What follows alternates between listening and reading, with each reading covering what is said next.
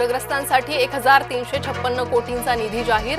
पुणे आणि संभाजीनगर विभागातील 7 जिल्ह्यांना निधी. शेकापचे जयंत पाटील मारहाण प्रकरणी दोषी. पत्रकार मारहाण प्रकरणी महाराष्ट्रात महत्त्वाची घडामोड.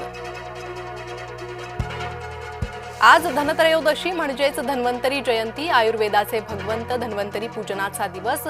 धातूची भांडी खरेदीची बाजारात लगबग.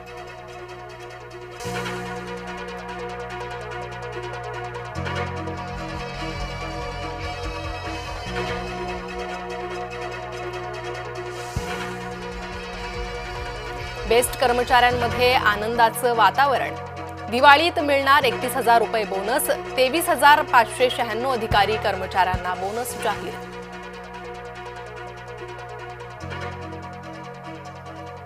रेल्वे आरक्षणाची वेबसाईट कोलमडली. दिवाळी आणि छठ निमित्त प्रवास करणाऱ्यांची मोठी गैरसोय.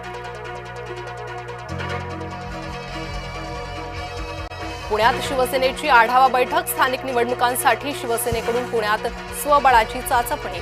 श्रीकांत शिंदे राहणार उपस्थित.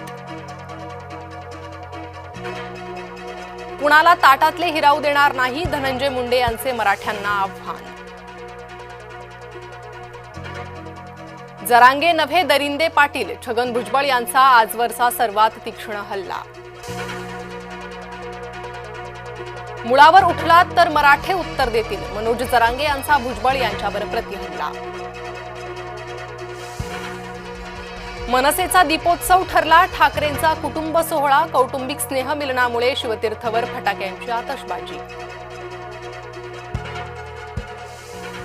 भुजबळांच्या फटकेबाजीतून विखेंचीही सुटका नाही. सहयोगी मंत्री विखे जरांगे यांना शरण गेल्याचा भुजबळांचा आरोप.